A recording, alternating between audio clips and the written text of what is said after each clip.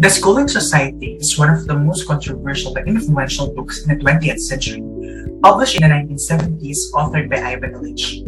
Ivan Illich, a well-known political and social thinker, was born in Vienna. He became a Roman Catholic priest and spent most of his lifetime working by religion in Latin America.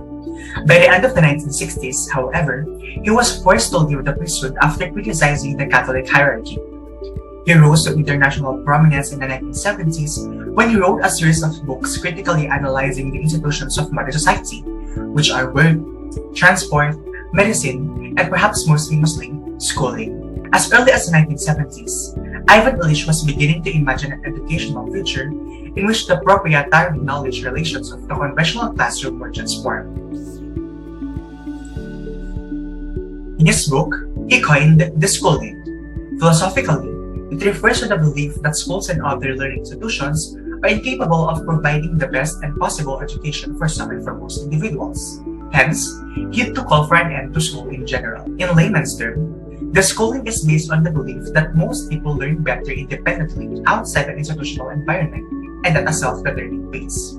It refers to the mental process a person goes through after being removed from a formal schooling environment. When the school mindset, a routinary one-size-fits-all learning teaching method approach patterned to catalyzing ignorance, is eroded over time. Furthermore, the term may also refer to the period it takes for children removed from school to adjust learning to a non-structural and non-institutionalized environment where grading systems cease not to exist. Thus, it's a self-directed process.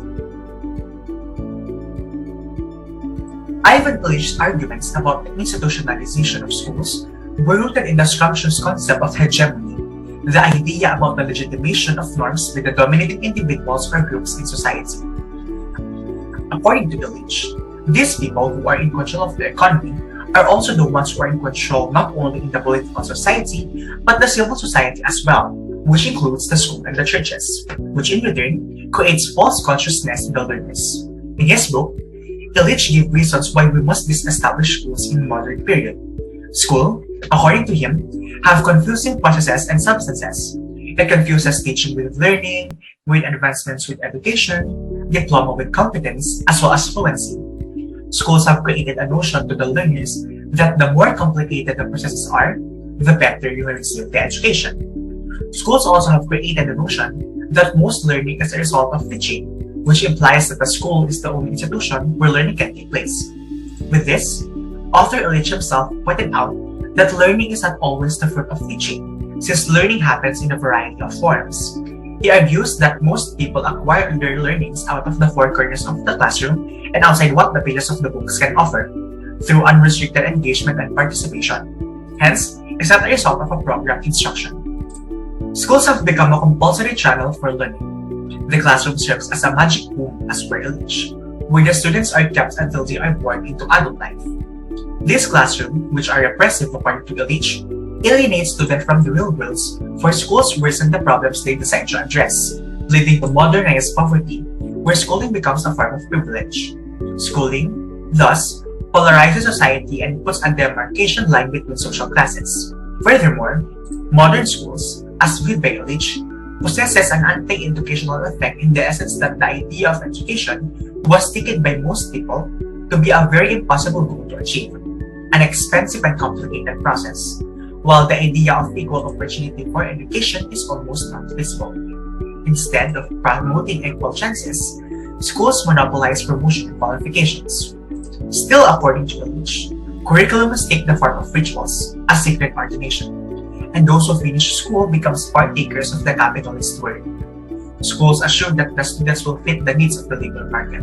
And lastly, schools these days treat their students as a consumer who avails a packet of precious future-abiding education. Hence, the original goal of education, that is to promote social transformation and liberalization, was and still continues to be defeated, since the religion that education will save laborers from poverty arose.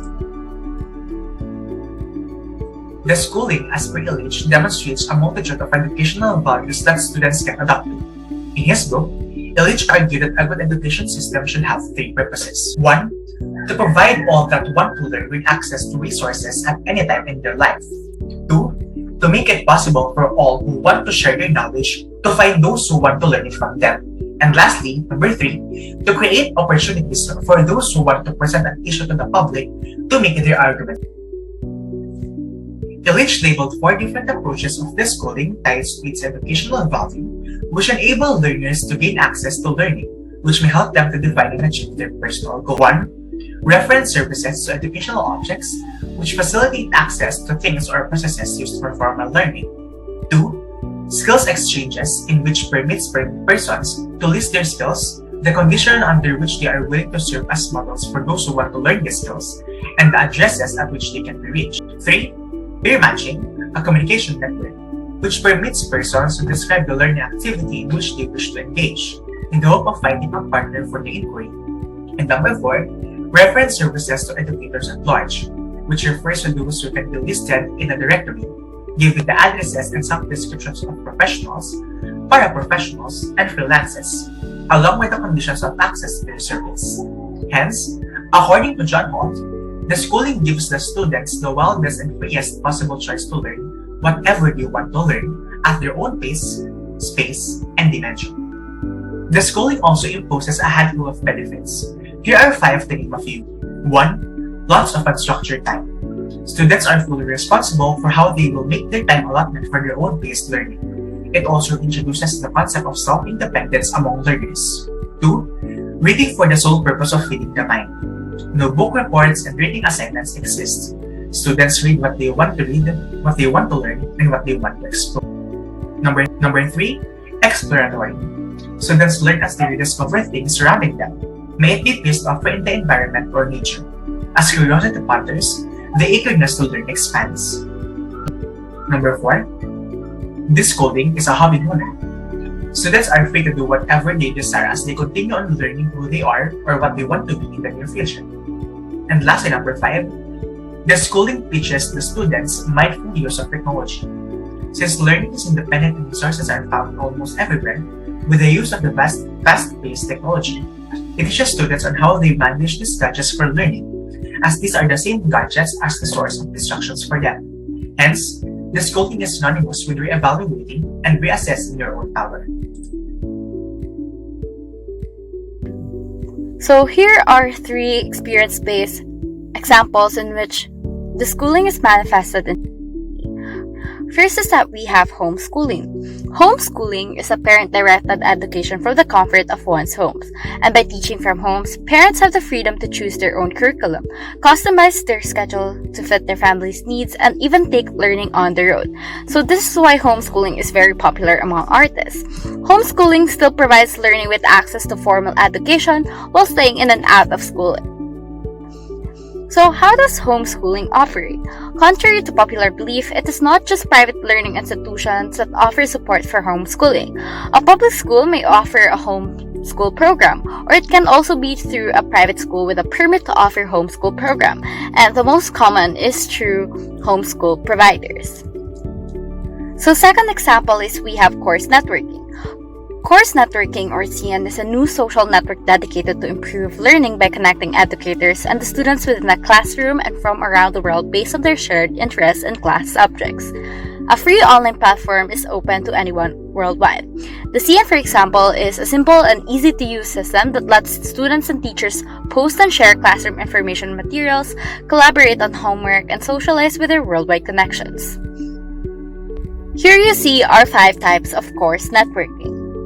Third is the community-based learning. So community-based learning refers to a wide variety of instructional methods and programs that educators use to connect what is being taught in schools to their surrounding communities, including local institutions, history, literature, cultural heritage, and environments.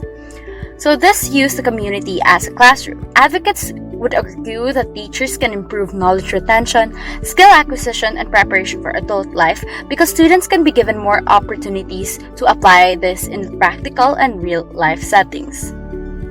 So this is the experiential learning continuum. On the left-hand side of the continuum is the service we do as citizens. The right-hand side represents the service we do in a community as a professional. Community-based learning is the experience of engaging in the community through a disciplinary lens. The middle column below offers descriptors of community-based learning. So that's it for our report on the schooling society. This is Tej and Dre, and we'll see you in the next report.